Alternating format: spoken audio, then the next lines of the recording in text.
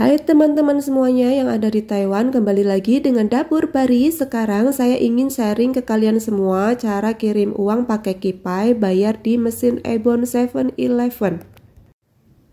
Untuk langkah pertama, kita tekan iklannya dan selanjutnya kita tekan tombol pojok kiri bagian atas. Selanjutnya kita tulis nomor PIN KiPay yang sudah muncul di HP aplikasi KiPay kita.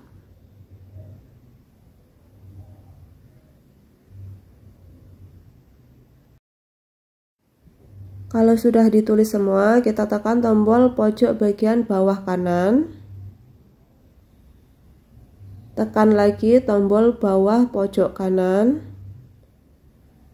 Sedang loading, kita tunggu. Kita lihat dan pastikan nama penerima dan pengirim sama yang ada di aplikasi KiPay. Lalu kita checklist bagian kotak sudah berwarna hijau, kita tekan lagi tombol pojok kanan bawah, tekan lagi tombol pojok kanan bawah, lalu kita ambil resitnya, lalu kita bayarkan di kasir.